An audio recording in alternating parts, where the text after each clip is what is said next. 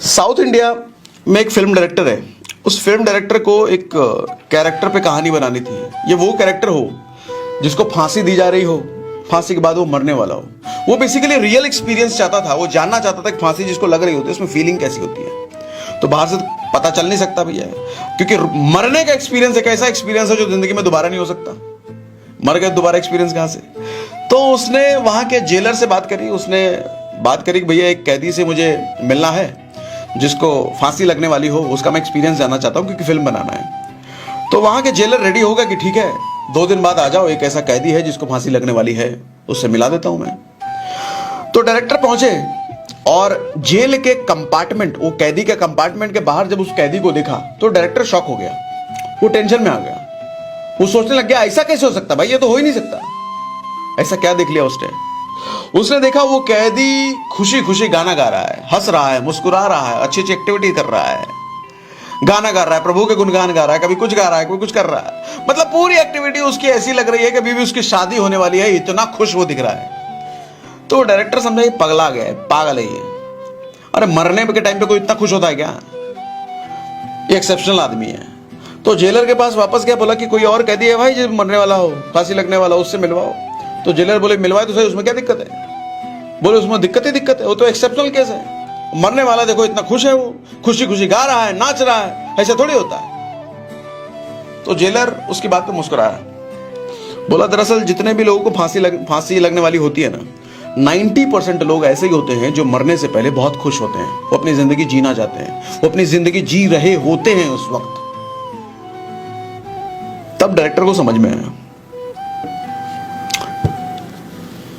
कि जब जिंदगी आखिरी होती है ना, जब पता चलता है कि हमारे पास अब जिंदगी ज्यादा बची नहीं है, तो कोई भी शोक विलाप दुख नहीं करता।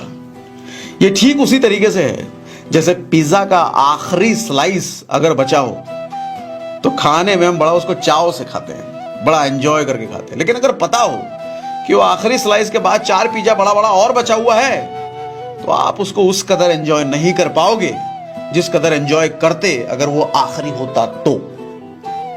ठीक इसी तरीके से जिंदगी में जब हमें पता चल जाता है अभी 40 साल तो बचा है, अभी 50 साल तो बचा है, फिर हम नौटंकीबाजी शुरू करते हैं, सोचना शुरू करता है अरे बहुत जिंदगी बचा है, क्या काम करेंगे आगे, क्या भविष्य होगा, कहां से पैसा आएगा, गाड़ी भी खरीदना है, घर भी, ये भी, बच्चे का फीस भी देना है, घर भी बनाना है, कहां से होगा ये सब पता नहीं, कैसे होगा।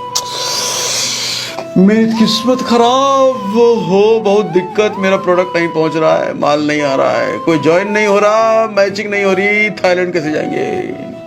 फिर नौटंकीबाजी में आदमी शौक में चला जाता है, टेंशन में रहता है, और फिर ये गुणगान गाता रहता है कि मैं बहुत टेंशन है, बहुत टेंशन है, बहुत टेंशन है, और ये टेंशन ले लेके उसको आदत हो जाती है।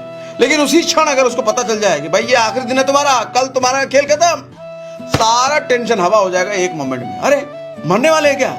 फिर अब वो करेगा जो वो करना चाहता है। सिनेमा देखना चाहता है, सिनेमा देखे।